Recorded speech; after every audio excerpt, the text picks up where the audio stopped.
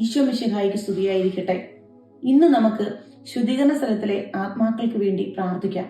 കാരണം ശുദ്ധീകരണ സ്ഥലത്തിലുള്ള ആത്മാക്കൾക്ക് അവർക്ക് സ്വന്തമായി അവർക്ക് വേണ്ടി പ്രാർത്ഥിക്കാൻ സാധിക്കുകയില്ല.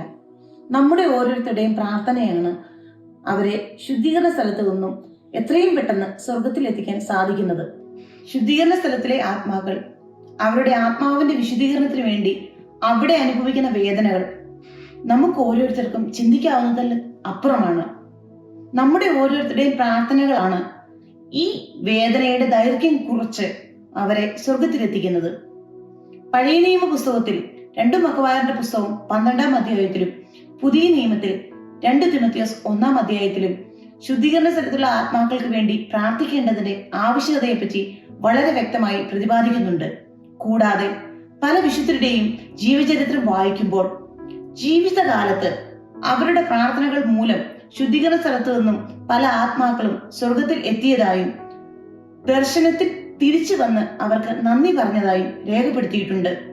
എന്റെ വ്യക്തിപരമായ ജീവിതത്തിൽ എന്റെ ജീവിതത്തിലെ ചെറുതും വലുതുമായ എല്ലാ സഹനങ്ങളും ഞാൻ ശുദ്ധീകരണ സ്ഥലത്തിലെ ആത്മാക്കൾക്ക് വേണ്ടി കാഴ്ചവെച്ച് പ്രാർത്ഥിക്കാറുണ്ട്.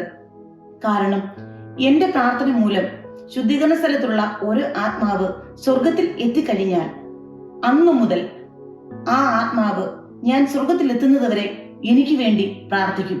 വിശുദ്ധ മറിയന്ത്രേസ്യ പറയുന്നത് നമുക്ക് സ്വർഗഭാഗ്യം എളുപ്പം കരസ്ഥമാക്കാനുള്ള ഒരു സുഗമമായ മാർഗമാണ് ശുദ്ധീകരണ സ്ഥലത്തിലെ ആത്മാക്കൾക്ക് വേണ്ടി പ്രാർത്ഥിക്കുക എന്നുള്ളത്. ഉണ്ണീശോയെ ഹൃദയത്തിൽ സ്വീകരിക്കാൻ ഉപവാസത്തോടും പ്രാർത്ഥനയോടും പരിഹാര പ്രവൃത്തിയോടും വളരെ ആത്മാർത്ഥമായി ഒരുങ്ങിക്കൊണ്ടിരിക്കുന്ന നമുക്ക് ഓരോരുത്തർക്കും നമ്മളെ നോക്കി നിലവിളിച്ച് പ്രാർത്ഥന ആവശ്യപ്പെടുന്ന ശുദ്ധീകരണ സ്ഥലത്തുള്ള എല്ലാ ആത്മാക്കൾക്ക് വേണ്ടി പ്രാർത്ഥിച്ച് ഒരു ആത്മാവിനെയെങ്കിലും ശുദ്ധീകരണ സ്ഥലത്ത് നിന്ന് സ്വർഗത്തിലെത്തിക്കാം. ആമേൻ.